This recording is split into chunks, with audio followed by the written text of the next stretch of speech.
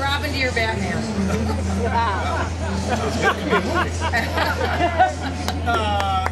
Let's talk about Tampa, obviously, and last night. What was, I cannot believe, if there were ever any doubt, Michele Bachmann, on where nearly all of the media stand, there can be none now. I mean, it was just outrageous. It was outrageous. It was pathetic. When I made my way out of Tampa, I was at I had to make a stop in Cleveland to get home here today, and I could not believe the people that they had up on CNN to react. It was almost like General Axelrod had picked them out and given them their talking points. These weren't even real people that they put up.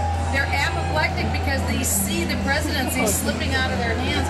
People are fed up. In fact, when I got on one of the planes today, one guy came up to me and said, "I voted Obama. I can't wait to vote for Romney." It was amazing to me, this turnaround that's happening, because people can't wait.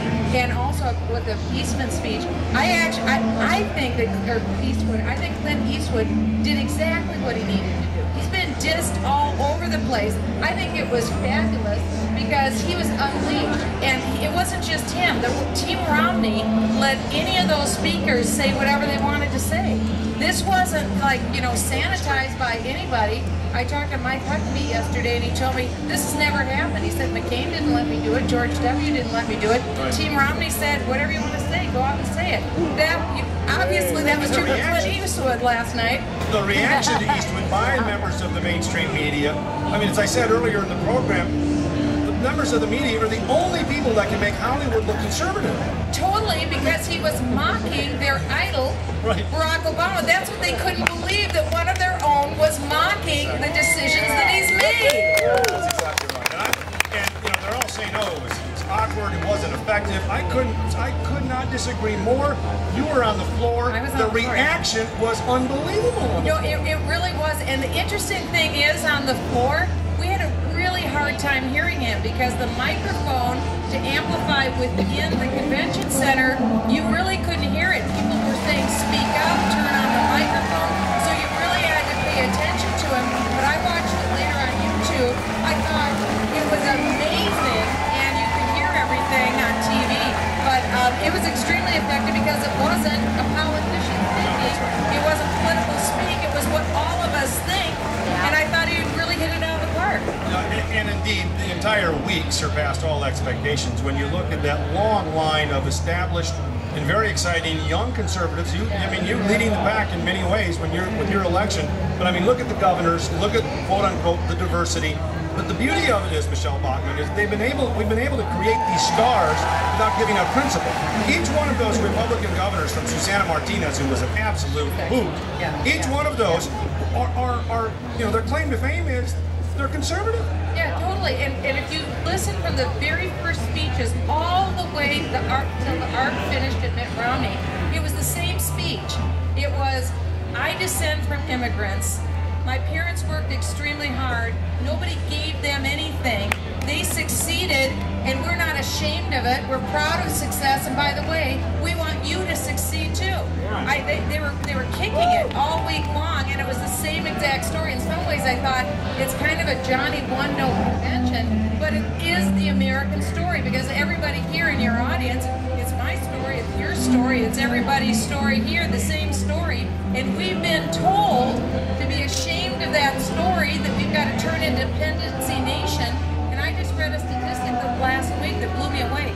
In 1970, 1 out of 70 Americans was on food stamps. Today it's 1 out of 7. 47 million. You want any more proof than that we've turned into a dependency nation? And that's why we are at a tipping point, because we go any further, and indeed, we can't do it. No, we're done. We're done. And I think that's the good news, is that we are all ready for an adult conversation. What I saw transpire this week is the beginning of a flicker at the end of a tunnel. We're seeing the flicker of light, that we're actually going to figure this out and be that nation that we were before 1970, when we were a welfare nation. The great contrast, the great dichotomy is a nation of grown-ups or a nation of children who are dependent. Yeah. And the two things in my mind stick out. Chris Christie, first of all, on Tuesday night saying, look, this isn't going to be easy. Those of you getting a government check, you know what? We want shared sacrifice. We're all going to get a little less. That was a huge thing for anybody to say, a politician. And then, of course, Paul Ryan saying, look, we've been spending too much money during the Obama years and the years before. Oh, yeah. And so those two things essentially throwing the gauntlet down saying, guess what, folks? We're grown-ups, and whether you're a college student or a senior, we don't have the money anymore. We don't, and it began in the mid-'60s with the creation of a lot of these entitlement programs. It goes, I mean, it can go back further than that to FDR, but we're not going to get picky. When it really changed was the mid-'60s. And so you retool, you reboot. Anybody knows that. And so now I think we're going to get some sanity, real talk. And the cool thing is, nobody's afraid of this third rail of politics anymore. Now we're willing to take on this fight. It was a gutsy move for Mitt Romney to pick Paul Ryan because he said, I want this fight. I want the debate. Let's have it on, because otherwise we sink. Because here's the deal that everyone should know about Medicare. Medicare, hi Eric Clayton, Medicare is going to be dead flat broke in 8 years. 8 years. And so we asked last summer, Paul Ryan and I and some other members were in the East Room of the White House with the President. And Paul asked the President, Mr. President, we're dead flat broke in 8 years. What's your plan for Medicare? He didn't answer, he mumbled, and we asked him again, there's no media in the room. We said a second time, what's your plan to save Medicare? No answer. On the third time, the President finally said, Obamacare. Yeah. Senior citizens don't realize his plan is Medicare does collapse, you're stuck with denial of care under Obamacare. Hold that thought. We are talking with Congresswoman Michele Bachmann.